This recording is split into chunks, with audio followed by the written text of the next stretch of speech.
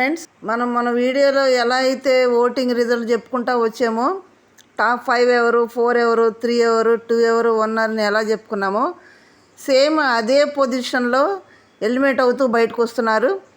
5th పొజిషన్లో ఉన్న అవినాష్ బయటకు వచ్చాడు. కొంచెం బాధాకరం, ఎందుకంటే అంత ఎంటర్టైన్మెంట్ కానీ ఆ హౌస్ చూడాలంటే అవినాష్ రోహిణి ఉండబట్టే హౌస్ BB8 అయినా కానీ వైల్డ్ కార్డ్ వచ్చిన తర్వాత కొంచెం బాగుంది, చూడాలనిపించింది. అవినాష్ బయటకు రావడం కొంచెం బాధాకరమే. కానీ మొన్న రాత్రి ఎపిసోడ్లో వాళ్ళు కూర్చొని మంట వేసుకొని ఒక మాటలో ఎవరి ఒపీనియన్ చెప్పేటప్పుడు ఎవరికి బాధకరింది అన్నప్పుడు ఒక విషయం చెప్పాడు అవినాష్. అది కనుక ఎపిసోడ్లో ముందు కనుక చెప్పుంటే ఏదైనా కొంచెం సింపతి వచ్చింది. కానీ సింపతి అనేది అవినాష్ కోరుకోలేదేమో, చెప్పదలుచుకోలేదు అంటున్నాడు. కాబట్టి మరి అవినాష్ 5th పొజిషన్లో బయట రావడం బాధాకరమే. 4th పొజిషన్లో ప్రేరణ బయటకు వచ్చింది. ప్రేరణ అందాల రాక్షసి ఆటలో బాగా ఇచ్చి పడేసింది, కానీ మగపిల్లలతో ధీటుగా. కానీ ఆ నోటి దూల వల్లే మైనస్ అయింది పాపం. అంతకుమించి ఒక లేడీ గెలవాలని కోరుకుంటాను, కానీ కొంచెం చిన్న చిన్న మైనస్ల వల్ల ఓటింగ్ లో అయిందేమో. దానివల్ల కొంచెం టాప్ 4లోనే, అసలు టాప్ 3 ఎప్పుడు ఎలిమినేషన్లోకి వచ్చినా నామినేషన్లోకి వచ్చినా కానీ ఎప్పుడైనా కానీ ఓటింగ్ 3లోనే ఉంటుంది. 4కో 2కో ఎప్పుడు వెళ్ళదు. 3rd పొజిషన్ నాది ఫిక్స్ అన్నట్టు, నేను ఇది నా అడ్డ ఎవరు రానినట్టు ఉండేది. అట్లాంటిది ఈ వారం ఓటింగ్ స్టార్టింగ్లో 3rd పొజిషన్లోనే ఉంది. మరి ఏమైందే, మరి ఈ ఓటింగ్ అంతా ఎందుకులే, రన్నర్ వేరన్నర్ చూసుకుందాం, వీళ్ళు ఎందుకులే అనుకున్నారు. మరి ఆడియన్స్ ఫ్యాన్స్ ఏమనుకుని తెలియదు, కానీ ప్రేరణ ఓటు అంతా కూడా నిఖిల్కి డైవర్ట్ అని తెలియదు, కానీ 4th పొజిషన్ దిగిపోయింది. ఇది బాధాకరం, ఎందుకంటే అబ్బాయిలతో ధీటుగా ఆడింది. అబ్బాయిల కంటే తక్కువేం కాదన్నట్టు ఆడింది. తీసిపడాల్సిన క్యాండిడేట్ ఏం కాదు ప్రేరణ, చాలా బాగా ఆడింది. కాకపోతే మైనస్ల వల్ల ఓటింగ్ తగ్గిందేమో తెలియదు, కానీ 4th పొజిషన్లో బయటకు వచ్చేసింది. ప్రమోల్ నాగ్ సార్ కూడా అంటారు చూడండి, అందమైన అమ్మాయి టాప్ 5లో ప్రేరణ అంటారు చూడు, చక్కని అమ్మాయి, కానీ దానికి తగ్గట్టు కొంచెం నోరు కూడా ఎక్కువ ఉంది. దానివల్ల మైనస్ అయిందేమో, బాధాకరమే.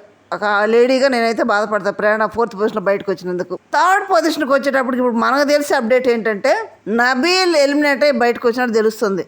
మరి నబీల్కి సూట్ కేసు ఆఫర్ చేశారా లేదా అంటే 3rd పొజిషన్లో సూట్ కేసు ఆఫర్ చేశారా లేదా అని తెలియదు, కానీ ప్రస్తుతానికైతే నబీల్ 3rd పొజిషన్లో బయటకు వచ్చారు.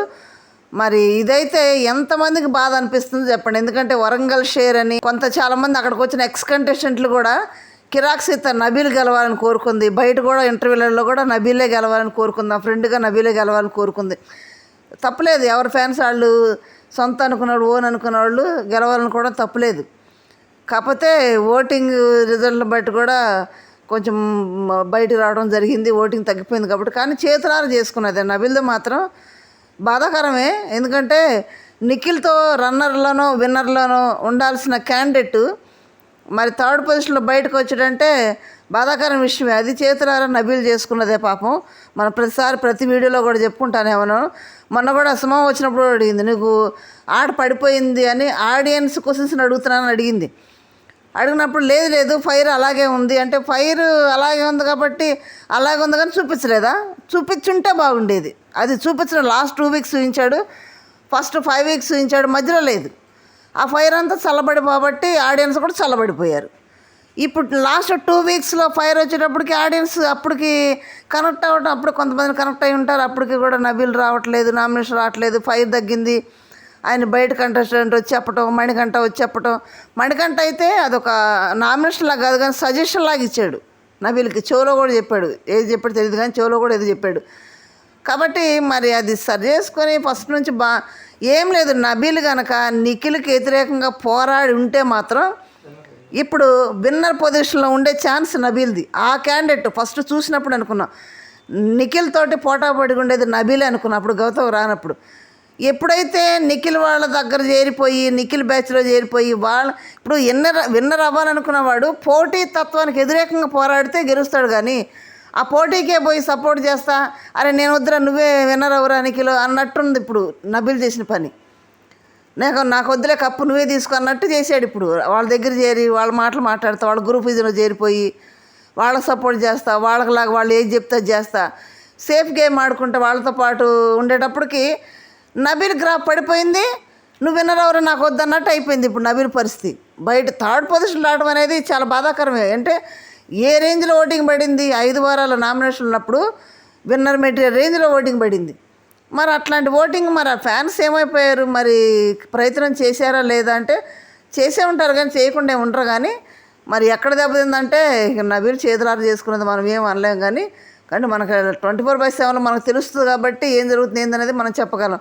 వాళ్ళకి తెలియదు కదా. నబీల్ ఉద్దేశంలో నా వల్ల ఫైర్ ఉంది, నేను సేఫ్గా మాడలేదు, వాళ్ళు నామినేట్ చేయకపోతే నన్ను ఏం చేయమంటారు ఇట్లా అంటున్నాడు. కానీ నామినేట్ చేసేటట్టు చేసుకోవాలి, చిన్నదాన్ని కూడా సమర్థించుకోకుండా దాన్ని సేఫ్గా అట్లా అడగేసి ఉంచకుండా కొంచెం ఫైర్ అవుతూ చిన్నదాని పెద్దానికి కొట్లాడుతా ఏదైనా మైనస్ దొరికినప్పుడు వాళ్ళని నామినేట్ చేస్తా, నిఖిల్ చేసి నువ్వు చేసిన తప్పు అన్నట్టు క్వశ్చన్ చేసినట్టయితే ఆ రేంజే వేరుండేది నబీల్ది. అట్లా క్వశ్చన్ చేయకపోవటం, సేఫ్గా ఉండిపోవటం, సైలెంట్గా ఉండిపోవటం, వాళ్ళు చెప్పింది వినటం, పృథ్వీతో ఫ్రెండ్షిప్ చేస్తా. మరి ఎందుకు అంత లో అయిపోయాడో, ఎందుకు అట్లా వాళ్ళకి సరెండర్ అయిపోయాడు అనేది నబీల్కే తెలియాలి, మనకైతే తెలియదు. దానివల్ల తన చేతులారే ఆ విన్నర్ రేస్ని తగ్గించుకొని థర్డ్ పొజిషన్లో బయట రావాల్సి వచ్చింది. ఇది మాత్రం చాలా బాధాకర విషయం. ఎంతమందికి బాధ కలిగిందో నబీల్ బయటికి రావటం కామెంట్ చేయండి. మాకైతే చాలా బాధగానే ఉంది. మరి ఓకే, ఇదైతే అప్డేట్. థర్డ్ పొజిషన్లో నబీల్ బయటకు వచ్చేసాడు. మరి సూట్ కేసు ఆఫర్ చేశారు లేదనేది తర్వాత నెక్స్ట్ అప్డేట్లో తెలుసుకుందాం. లైక్ చేయండి, షేర్ చేయండి, సబ్స్క్రైబ్ చేయండి. Thank you.